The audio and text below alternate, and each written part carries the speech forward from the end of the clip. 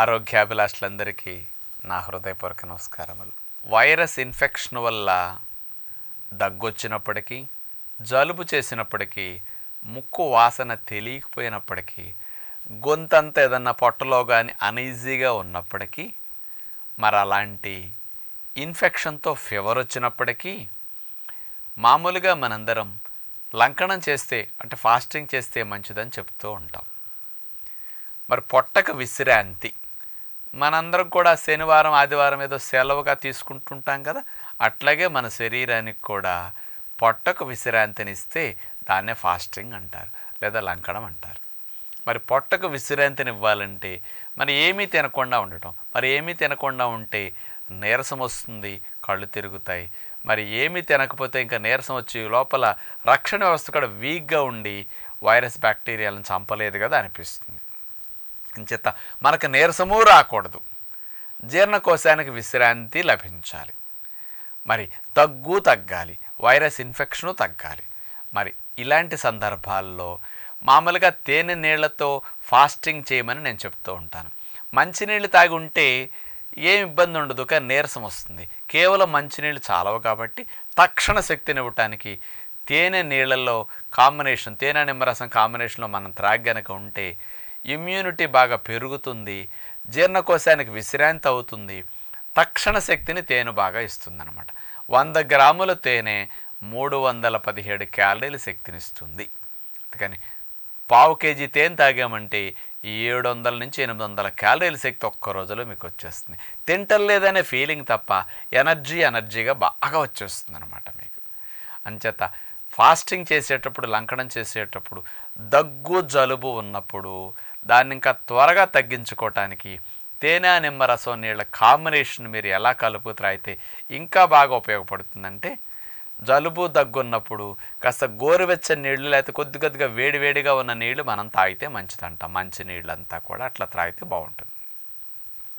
తేనె నిమ్మరసం నీళ్లు కూడా ఇలా కాంబినేషన్లో కలుపుకుంటే బాగుంటుందన్నమాట. మామూలుగా కాచి చల్లార్చిన నీళ్ళు వేడివేడిగా ఉన్నప్పుడు తీసుకోండి, కొంచెం హాయిగా త్రాగటానికి కంఫర్ట్గా ఉంటుందన్నమాట. అలాంటి ఎంత వేడి ఇబ్బంది లేదో అంత వేడికి కంఫర్ట్గా మీరు తీసుకోండి.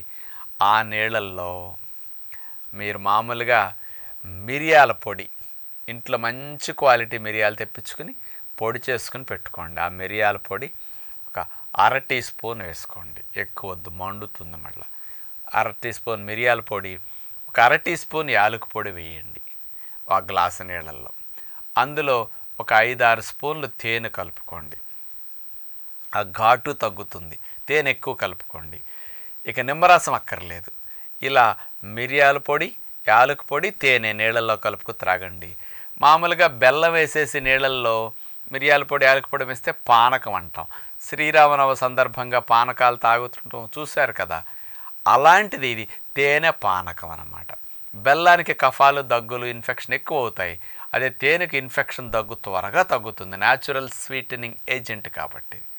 అంచేత అలాంటి దివ్య ఔషధమైన తేనెను మిరియాల కాంబినేషన్లో వేడి నీళ్ళలో తాగటం వల్ల దగ్గు తగ్గటానికి, కఫము తెగటానికి, కాస్త లోపలుండే శ్లేష్మాలు పల్చపడి తేలిక పైకి నడిచొచ్చి లంగ్స్లోంచి ఖాళీ చేయటానికి చాలా బాగా ఉపయోగపడుతుందన్నమాట. ఇలాంటి తేనె పానకం రోజులో ఒక 3 టైమ్స్ తాగండి, ఉదయము, మధ్యాహ్నము, సాయంకాలం. అవకాశం ఉంటే కొంతమంది నీరసం అంటే రాత్రి కూడా త్రాగొచ్చు. ఇంకా మిగతా సమయాల్లో కొంచెం కొబ్బరి నీళ్ళు త్రాగండి, ప్లెయిన్ వాటర్ తాగండి. కావాలంటే తేనె నిమ్మరసం ఒక గ్లాసు నీళ్ళల్లో కలుపుకొని నిమ్మరసం కాంబినేషన్తో అట్లా త్రాగండి 1-2 సార్లు కావాలంటే. ఈ మిరియాల పొడి 3 సార్లు వాడినా సరిపోతుంది అనమాట తేనె పానకం. ఇది చాలా టేస్ట్గా ఉంటుంది. అంటే రుచికి రుచి. పంచదార, బెల్లం అయితే కఫాన్ని, దగ్గుని పెంచుతాయి, కానీ ఇక్కడ తేనె తగ్గిస్తాయి. కాబట్టి ఇన్ఫెక్షన్ తగ్గించడానికి తేనె పానకం అద్భుతంగా పనికొస్తుంది.